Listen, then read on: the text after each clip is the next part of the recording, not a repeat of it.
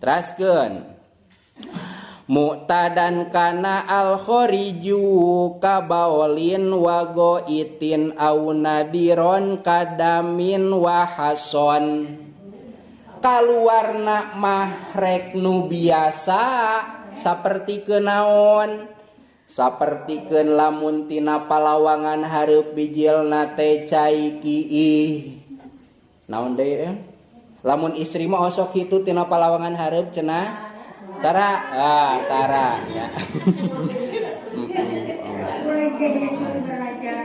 Kaluar angin, osok aya nu kaluar angin tina palawangan payun atawa tina palawangan tukang mah hitut jeung modal. Tah jalma anu hirup bari boga wudu aya nu kaluar tina palawangan hareup rek nu biasa jiga kiih nya, atawa tina palawangan tukang jiga angin hitut atawa naon modal tai, eta teh ngabatalkeun kana wudu.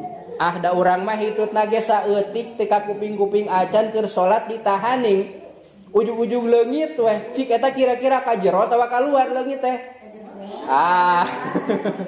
Lamun teh mah geus ditungtung, geus ditahan diimpet-impet tuluy leungit, eta teh pasti ka mana? Kaluar. Ngan lamun teh mah masih keneh jero, ieu masih keneh kuat, ditenetkeun ka jero, eta mah teu batal. Ngan ari geus dina buntutna mah nya, tuluy tadina mah teu kuat hayang hitut. Nah, ujug-ujug leungit, ieu ka mana anginna? Lamun teh mah mangmang antara nah ieu teh ka jero atawa kaluar angin teh, ta eta teh batal nya. Ngan salagi yakin ka jero ieu mah da karasa angin lagi ka jero deui teu batal eta mah.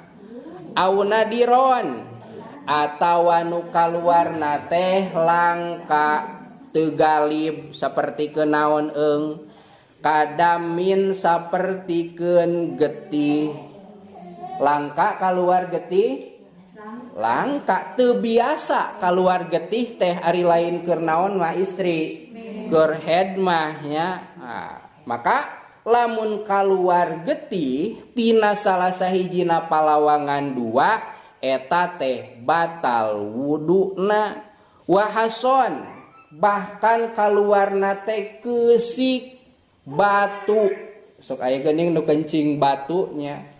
Kencing batu teh eta teh aya nu batu asli, aya anu lain batu tapi teuas jiga batu nya. Sanajan nu kaluarna teh batu eta teh ngabatalkeun kana wudu. Batuna ge batu leutik nya, ari batu gede mah kumaha meureun. Najisan rek najis sapertikeun anu bieu, kanu bieu mah rarajisnya eta teh.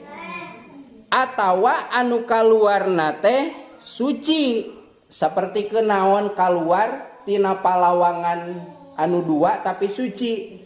Sapertikeun bilatung, bilatung suci. Bilatung suci. Suci nya, bangke anjing aya bilatungan, ta bilatung nama kumaha? Suci nya, ngan mutan najis. Ta ieu oge kaluar cacing atawa jika keremi nu barodasnya nu sok garetek, pernah keremi? Nu kitu lamun kaluar tina salah sahiji palawangan dua kan biasana keremi dijelet di mana di tukang tina bujurnya, eta teh batal wudu. Sanajan geus kaluar teh digebah ka jero deui, anger da geus ngalaman ka mana? Geus ngalaman kaluar, batal wuduna teh. Ilal maniya al kharija bihtilamin, kajaba aya nu dikajabakeun ieu anu kaluarna teh cai mani. Terang cai mani? Nu kitu nya cai mani teh. Lamun nu kaluarna cai mani mah eta mah teu ngabatalkeun kana wudu. Teu batal wuduna ngan pedah wajib adus. Kira-kira wudu jeung adus berat mana ya? Nya berat adus. Henteu ngabatalkeun kana wudu mah ngan ngawajibkeun kana naon? Ngawajibkeun kana adus atuh ceuk urang teh keneh-keneh kehednya. Kitu bahasa dia mah ya. Ya, sanajan teu ngabatalkeun kana wudu tapi ngabatalkeun kana adus anu kadituna teh haram salat, haram tawaf, haram maca Quran, haram nyebab Quran, haram cicing di masjid jeung sajabana beuki loba paharamanana oge nya. Tah cai mani pami dina Riyadul Badiah mah ditambahan cai mani na teh awwala marrotin kaluaran pertama. Maksud keluaran pertama teh cai mani keluar tak eta teh pertamanya henteu diasupkeun deui geus keluar asupkeun deui nu istri mah meureun make corongnya babari tah tuluy keluar deui tah eta mah benten ya tah anu ngabatalkeun kana wudu teh anu salian ti cai mani awal marotin anu pertama kali keluar atuh lamun diasupkeun deui mah eta mah teu ngabatalkeun da moal ieu asup ka jarona oge nya sugan pas dicor di make corong naon nya corong minyak mun baheula mah tuh disoropot deui ti jero nya jarang-jarang kitu teh nya aya nu geus kaluar mah nu puguh mah nu di jero ge dibura-burakeun kaluar keun tos darewasa ieu nya Tras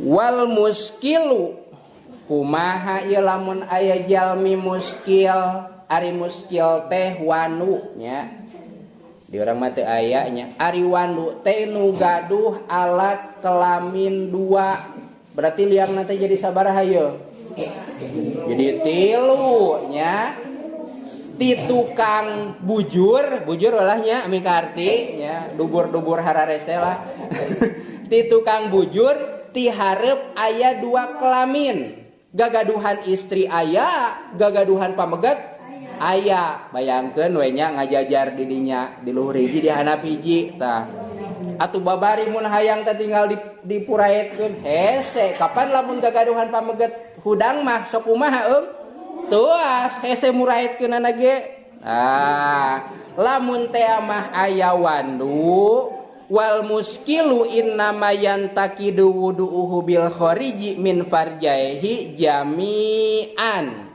lamun wandu mah batal wudu'na teh lamun kaluarna tina duanana ya bareng ya lamun kiih teh ti gagaduhan lalaki bijil ti gagaduhan istrina oge bijil batal tah kumaha mah kaluarna tina salah sahijina teu batal atuh ngeunah cenah jadi wanu mah teu batal cenah lamun kaluarna tina hiji liang mah sok atuh jadi wanu ari hayang mah